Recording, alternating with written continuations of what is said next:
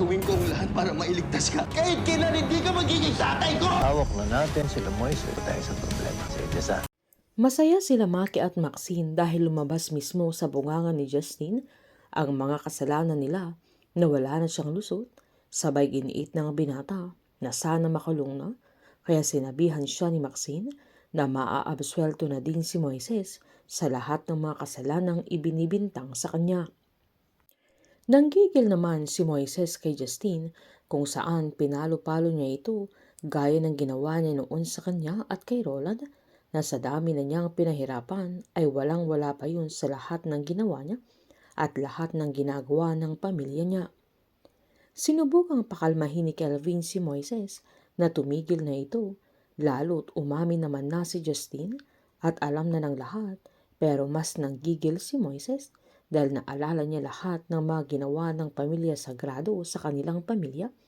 Pero nang mahalata ni Kelvin na papatayin na ni Moises ang kapatid niya, ay inawat nila ito na sinabihan siya ni Kelvin na gusto na ba niyang makapatay siya, na gusto niyang maging katulad ni Justin, na maging mamamatay tao, na agad ding sinabihan ni Moises na gusto niyang maranasan ni Justin lahat ng pinaranas niya sa kanya at lahat ng mga naging biktima nila, kaya kinonsensya siya nila Steven.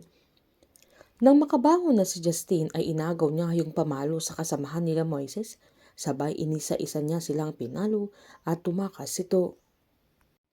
Dinala naman ni Rafael si Divine sa hospital ni Dr. Harvey kung saan binabantayan ng doktor baka magkakomplikasyon yung binaril ni Jaime.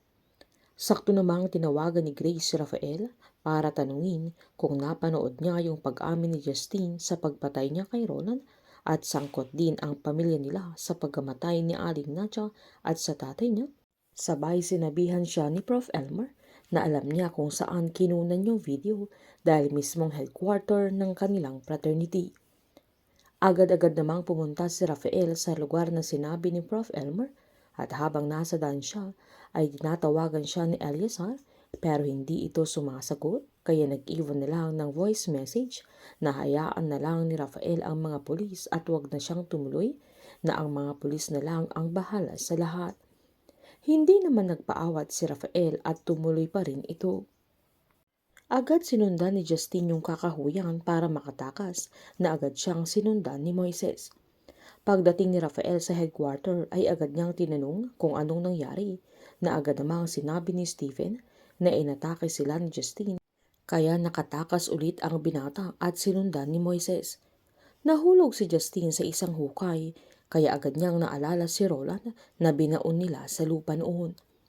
Habang abot naman ang sigaw ni Rafael sa kanilang dalawa, na wala siyang kaalam-alam na nanganganib ang buhay nila.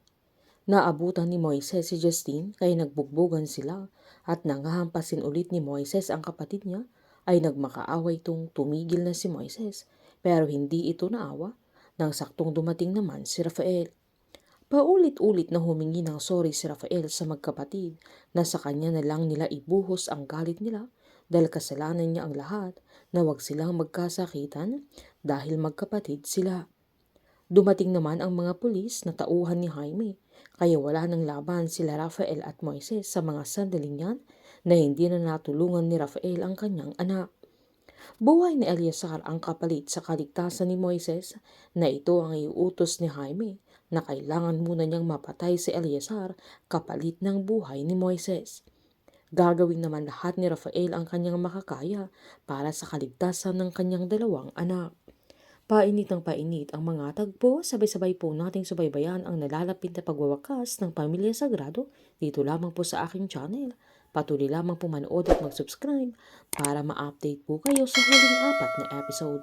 Marami pong salamat.